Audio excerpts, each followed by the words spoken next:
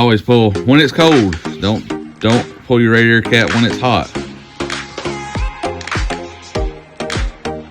Hey everybody. Hey, we're gonna do a little something different. We are getting prepared to take a trip to West Virginia to go ride Bear Wallow Trail on Hatfield McCoy's. So I was gonna do a little walk around video, things that we check before going on a trip. I know some people get new into wheeling and like to know things that they ought to check before they leave out to go on a wheeling trip. Some people trailer their stuff, some people drive their stuff there and back. We have sometimes, if we're close by home, we will drive it and drive back, our home park URs. Just gonna give a little walk around, talk about what to check and things you might need to take with you and stuff like that. So here it goes.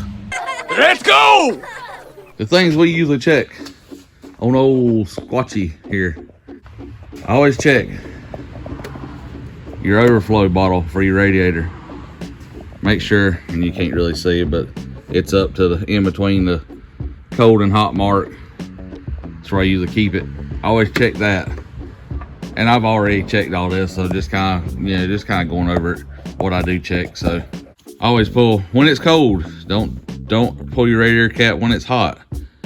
I always do it when it's cold. Pull the radiator cap. Check your level in your radiator. This is my power steering reservoir having a PSC hydro assist kit. So I always check your power steering fluid. Most everybody's power steering reservoir is on their pump, which that's my power steering pump. Most of it's on there and you got your little lid on it. So I always check power steering fluid. I always check brake fluid. Make sure you're full of brake fluid, which you can see it jiggling in mine's full. I always check my washer fluid for your windshield washer, especially if you're going somewhere that's dusty. You need that, keep your window clean, or take a rag with you to wipe it off if it's just dust. I always check my battery connections. Your positive and your negative, make sure they're tight, and all the connections, any kind of cables you got going for accessories, check them. Check your oil in your engine, I always check it. Transmission fluid, you check the engine. Most people know, check it when it's not running and let it set and drain down for a little bit. Transmission fluid, which is right there in mine, I always check it for a trip. They check different. I always check it when it's hot with it running, but some vehicles check hot running in neutral. Some check hot running in park. So you have to look at your owner's manual for that, or it's actually on a lot of the vehicles. It is on the dipstick itself. If you pull it out, it'll say check hot, and this is the mark to be at, or check hot island and park, island and neutral. And usually, well, mine kind of needs to be check your air filter, make sure it ain't stopped up. Just check your belt. I always check my belt for cracks and wear. I usually check, make sure all my lights work, which we have. I actually didn't have a horn since I went to PRP, and I put a horn back on it this week. I like to have a horn if I'm on the trail, and especially if you're not running radios. I like to be able to blow the horn if I need something, if I need to stop, let somebody in front of me know, or if something's hanging off their vehicle or something, I can blow the horn. I always tell them to hear the horn blow, just look back at me. I always check anything you got that's can be loose. I go over and check my shackles, make sure they're tight. I check my winch line, make sure, usually I'll pull it off a certain amount from what I've had it off, and check for frays. The synthetic line ain't usually too bad to check, but if it was running regular cable, I just pull it off and look at it. Just pull the first 10, 20 feet off, look at it, and roll it back up. I always check my hook, make sure my safety latch is all good. I do a bolt check. Anything like your steering, all my steering bolts, I check all of them. Anything that could come off. I just had the suspension apart, and went over all my bolts. Usually when I do anybody customer's lift kit or my own, I go, you can see I put, once everything is tight, I put yellow marks on all the bolts. So you can kind of just visually go over even my control arms. I have yellow marks for the jam nuts. Now my control arms on the bolts, they're on the nut side because that's, I have seen you look at the bolt and the bolt not move, but the nut be loose. So I put marks on all mine. Usually, I mean, depending on whatever marker I got, but usually it's yellow or red. I always check my lug nuts. I retort my lug nuts before every trip. Just like my jack on the hood. Anything that's got something that come loose, I check all for jack to stay on the hood. Even like I just put my roto packs on, but from now on I'll check them. You know, just give it a wiggle and shake. Just make sure it's all tight. My cooler, I make sure it's tied down good and the things ain't come loose. Take some time before it gets time to go on the trip, or if you just bought your rig, take some time and go over it, visualize it, get to know the parts of it, but just take time to get used to your vehicle. Know what's there. If you don't understand, ask somebody, call us, call me. My information's Squatchy Off-Road. You can ask me questions on Facebook, on YouTube, Instagram. You can find my personal, get her number and message me on Facebook, or I can give you my number and you can call me. If you have any questions about what something is or what it does, to get used to your vehicle so that you're know what's going on with it, know what to look for. Just a good idea to have know-how of what's going on. Also check for like your brake lines. I always look at my brake lines, make sure there's no fluid coming out of you, like the calipers or anything's wet. I check my diff fluids, which is usually pretty easy. All that, especially if you got aftermarket or factory diff covers, you got a plug. You take the plug out and check your oil. If it's not running out, as long as you can put a joint, put your finger in there and bend one joint of your finger and touch the fluid, then it is at a good level. You don't want it over full because it will build up pressure and blow axle seals out. That's about all to go over that I know that you really kind of want to check just to visualize. I check, usually if it's been a while, I'll check the oil in my transfer case to any of the fluids levels, check guys and gals. I check my air pressure. I'm gonna air down. When I'm gonna drive it though, I check my air pressure before I leave, and of course air down and then use the air up before I leave the trail if I'm driving it. It's not as critical when you're hauling. So now we're down to the things I carry and I think you need to carry when you're going on a trail. Really, you can kind of see I got a bunch of stuff we carry. This is my Factory 55 recovery gear bag. I run other stuff than Factory 55. My hook on the front's Factory 55. This bag, I have Bigfoot winch rope soft shackles in it. I always recommend, I'm a true believer, the regular shackles like this will work for putting straps together and all, but the soft shackles are much quicker, safer, especially if you need to throw the end of a strap or something. You ain't got a heavy hook on the end. So I recommend people getting a set of soft shackles for a rig. I carry 3 soft shackles. I carry some regular shackles. I've got a 30-foot toe strap. I have a tree saver. I always want to carry a tree saver with you. I recommend a 3-inch wide. It distributes the point on the tree better. At the point you need it, you use what you got, but I recommend the 3-inch wide tree saver strap. Any kind of 3-inch strap you can wrap around. The tree saver is just a shorter, usually considered a shorter strap, like 3 to 6 foot long. This is the soft shackle I'm talking about. Goes right back in itself and cinches down. This is a cinch point. It cinches down over it and makes what they call soft shackle.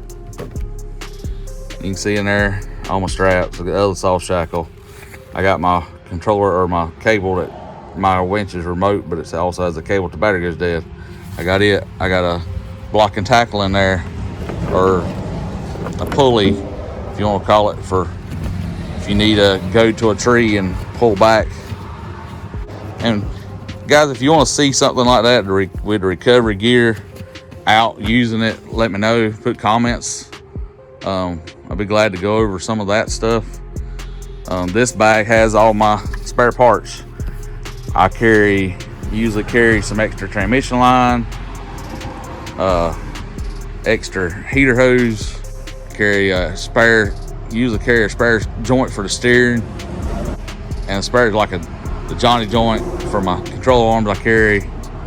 You don't have to carry all that, but I like to be prepared. I carry some extra hose clamps, just different odds and ends stuff. That's actually my top. I've got 3 tool rolls from Rhino that I carry. Like I say, guys, if you want, we've done a little video like the tools I carry and stuff, but I got spare U-joints, I got a rope. You don't never know when you want to tie, so I got some bungee cords, different stuff in there. There's some extra spare joints. But yeah, guys, if y'all want to see something different, let us know. We'll try to do what we can. So we had done the tool roll thing before. I carry Scotch blocks. I got 2 of them. I usually, like, my Jeep don't have park brakes, so I carry it in to put under a tire when I'm parked somewhere on a hill, or if I'm winching, I'll try to scotch it. I got a set of, this is my jumper cables in this little box, which we might change this setup eventually, but this little box has all my fluid in it. Funnels. I carry a spare belt for the engine. I always recommend carrying at least a small bottle of brake fluid. So if you have a little leak or something, you can that'll be enough to fill your reservoir back up to get you back off the trail. I have fuses, relays, and all in that little box. I'm carrying them. I have a wiring kit. It has cutters and strippers and crimpers in it, and all your little wire ends. I carry a quart of gear oil just to have a little bit if you need to pull an axle out, a quart to get you by. I carry 2 quarts of transmission fluid, 2 quarts of motor oil or engine oil, and 2 quarts of the Swepco power steering fluid for my PSC, and some rags. Just kind of your basic stuff. If you have a leak or something, you can fill it back up at y'all trail. Or somebody on the trail needs it, I'll be glad to give it to them, share it with them. I also got some penetrating oil, and a funnel. I carry 2 different sizes of funnel, depending on what length I need for transmission or the engine. And we put all in this little box just to keep it from running around and getting a hole poked in it. This is a little tool bag. It's got a little axe and stuff in it. You don't have to. I carry a machete just in case you get a little tree limb or something in the way, you can cut it out. I got a ratchet strap in the side here. I have used ratchet straps to get the Jeep off the trail that broke the track bar. You can actually cross the straps, and if you go to the right points on the frame and all, and we've been almost 2 miles back on the trail from the parking lot. Broke the track bar, we put straps across and got it where it stabilized the Jeep so he actually steer it and made it off the trail with it like that. So, and always carry a first aid kit. It's just a little first aid kit. This one actually come from Walmart, and we've added stuff to it over the years. We have lighters, even have some little, I carry some lighter. Just throw a little stuff in a bag. That's some little glow things. If you're out in the woods at night. Everybody has their own different stuff they want to carry, but first aid kit, definitely recommend. I recommend always carrying a fire extinguisher. You never know. We had a bigger fire extinguisher, and that's fine. A lot of people like them over something else. That's all I carried for years.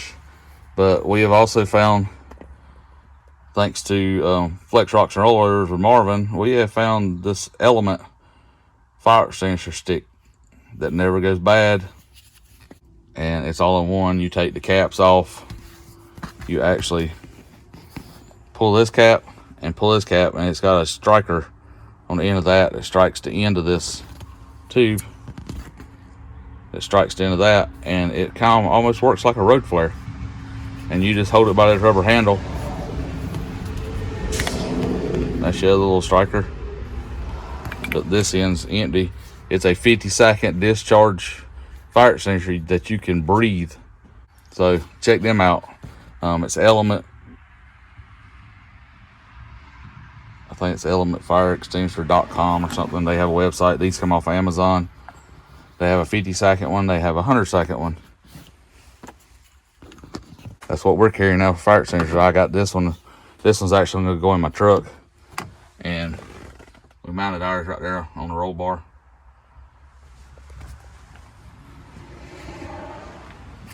Everybody don't have to carry all that. That's just kind of what we carry. And that's how we prepare for a off-road wheeling trip. Check over everything. Just get used to your vehicle. Kind of know what you got. If you carry stuff like this, kind of know where it's at in your vehicle. So if you need to get to it, especially like your first aid kit, fire extinguisher, your recovery gear, so you can get to it quick as possible when you need it. I always recommend carrying a roll of toilet paper. You never know when you're on the trail and might have to, might need to use the toilet paper. So you get out in the middle of nowhere, you don't ever know. So we always carry toilet paper with us. And we always carry a trash bag, either a regular black trash bag, or I have a trail sack. You can get them bleeping Jeep several different places. A lot of the off-road parks now, Windrock has them. Buy one of them to hang on the back of the Jeep. Keep the trails clean, please. Pick up the trash. Take your trash with you, please. You don't realize how much it helps, how much it affects to leave your trash. Some of the stuff gets closed down from stuff like that. So always just we try to pick up what we can. That's just another little tidbit of information. All right, we're gonna wrap this up with strapping the vehicle down. So I got my Jeep loaded on the trailer. Checked the trailer tires, they were low on air, put air in them. Me and my dad went over the lights, had to fix a couple of them because I ain't pulled this trailer nowhere in a long time. So we got all that took care of. So always check your lights, tires on your trailer if you're hauling. And always have a good, decent set of straps. I run the Max brand. They always look good. I got axle straps. Put you go around your axles, both sides, and they're pulling down and out a little bit of an angle. Everybody does them different. I do not recommend Xing the straps. I don't think that's a good idea. I've seen videos and different stuff on the Xing. Turn the trailer over, the Jeep, can't come off, the straps can come loose. So I like tying down like this. Everybody does it their own way. Just be safe. Make sure everything's hooked good. I got D-rings as well on this trailer. I got the ones at the back the same way. They're around my axle strap. Mine, I can go right around the axle. Make sure they ain't on no brake lines. Go right around the axle. Mine are against the truss, so they're not gonna slide out. They're pulling out at an angle, pulling down the D-rings. So